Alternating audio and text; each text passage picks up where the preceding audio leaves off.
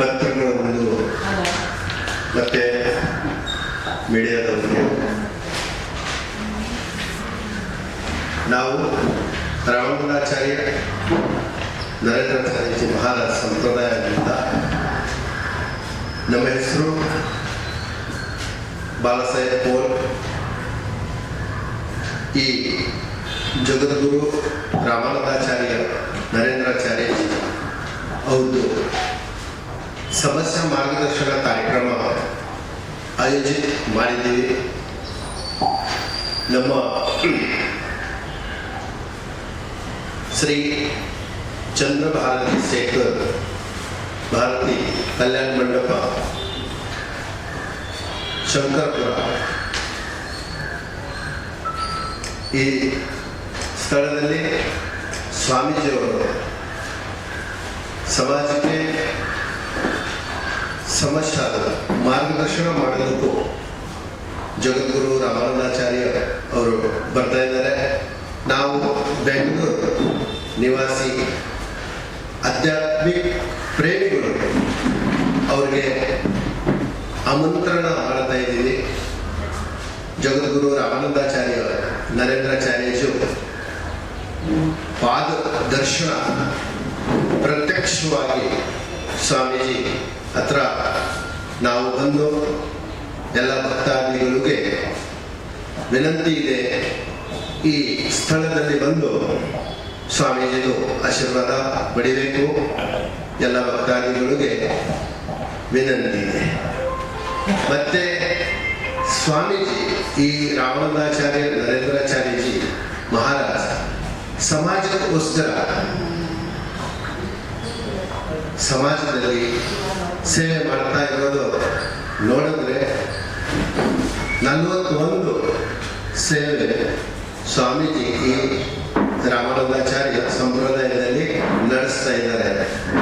ಅದರಲ್ಲಿ ಪ್ರಮುಖವಾಗಿ ಈವಾಗ ಈ ಡಿಸೆಂಬರಲ್ಲಿ 117 ನಮ್ಮ ಭಾರತ ದೇಶದಲ್ಲಿ ಸಂಪ್ರದಾಯ ಇರೋದು. ಆ ಕಡೆ ಭಕ್ತಾದಿಗಳು ಈ ಗಿಡಗಳು 1,11,426 ಗಿಡಗಳು ಹಾಕಿದ್ದಾರೆ. ಇದು ನಮ್ಮ ಡಿಜಿಟಲ್ ಅಡ್ರೆಸ್ ಇದೆ. ಆ ವೆಬ್ಸೈಟ್ ಅಲ್ಲಿ ಹೋಗಿದ್ರೆ ನಮಗೆ ಈ ಲೊಕೇಶನ್ ಎಲ್ಲ ಸಿಗುತ್ತೆ. ಮತ್ತೆ ಜನವರಿ 4ನೇ ತಾರೀಕಿಂದ 18ನೇ ತಾರೀಕುವರೆಗೂ ನಮಗೆ ಭಾರತ ದೇಶದಲ್ಲಿ ಆರೋಗ್ಯವಾಗಿ ಆಸ್ಪತ್ರೆಯಲ್ಲಿ ಸ್ವಾಮೀಜಿ ಕೃಪೆಯಿಂದ ಪ್ರೇರಣೆಯಿಂದ ಭಾವಿಕಗಳು 1,71,150 ಕುಪಿಕ ಗವರ್ಮೆಂಟ್ ಹಾಸ್ಪಿಟಲ್ ಅಲ್ಲಿ ಈ ಥಾಲಿಸೀಮಿಯಾ ಮತ್ತೆ ಕಿಡ್ನಿ ಕೆಲವರು ಇಂತಹ ರೋಗಗಳಿಗೆ ಉಚಿತವಾಗಿ ಈ ಕುಪಿಕಾಗಿಂದ ನಮ್ಮ ಸ್ವಾಮೀಜಿಯಿಂದ ಸೇವೆ ಸಂಪ್ರದಾಯದಿಂದ ಸೇವೆ ಮಾಡಬೇಕು ಇವಾಗ ನಡೀತಾ ಇದೆ. ಮತ್ತೆ ಹೈವೇದಲ್ಲಿ 53 ಆಂಬ್ಯುಲೆನ್ಸ್ ಭಾರತ ದೇಶದಲ್ಲಿ ಎಲ್ಲ ಕಡೆ ಓಡಾಡುತ್ತಾ ಇದೆ ಉಚಿತವಾಗಿ. ಯಾವ ಜಾಗದಲ್ಲಿ ಆಕ್ಸಿಡೆಂಟ್ ಆಗುತ್ತೆ ಆ ಜಾಗದಿಂದ ಆಸ್ಪತ್ರೆಗೆ ಆ ಪ್ಯಾಸೆಂಜರ್ಗೆ ಕರ್ಕೊಂಡು ಹೋಗಿ ಹಾಸ್ಪಿಟಲ್ ಸೇರಿಸೋದು ಜವಾಬ್ದಾರಿ ಸಂಪ್ರದಾಯದ ಆಂಬ್ಯುಲೆನ್ಸ್ ಇಂದ ಇದೆ. ಈ ತರ ಅನೇಕ ಸೇವೆಗಳು ಇದೆ.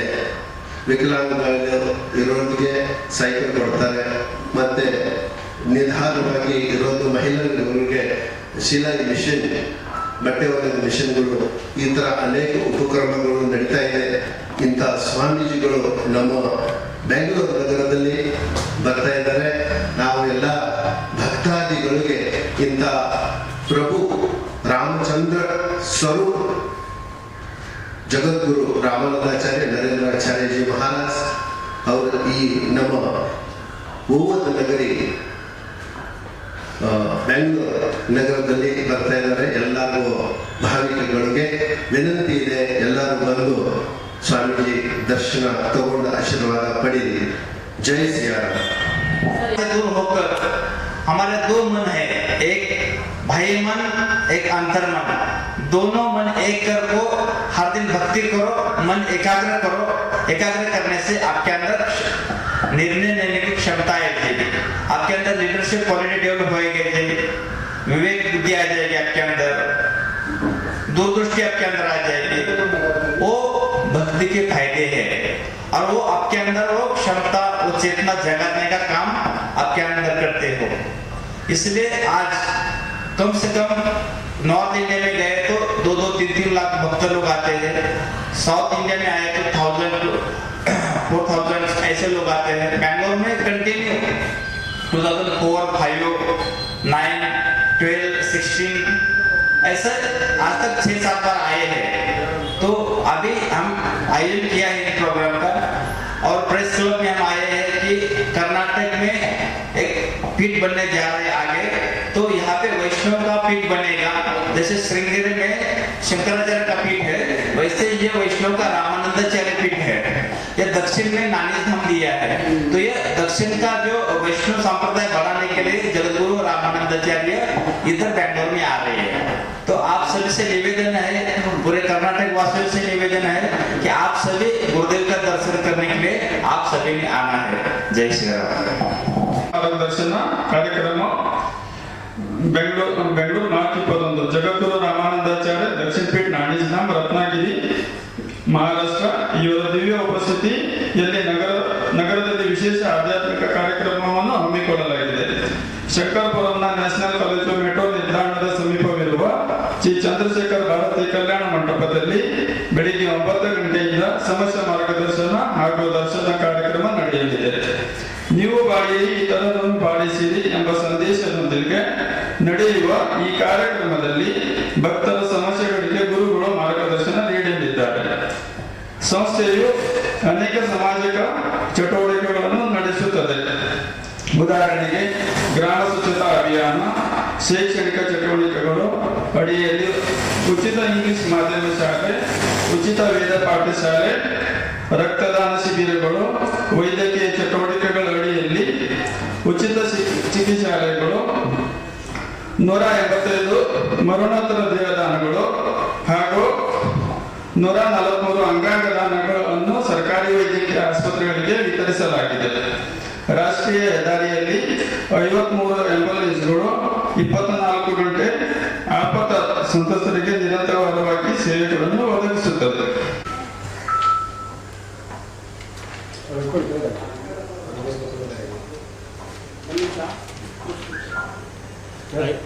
इधर देखिए, ओके।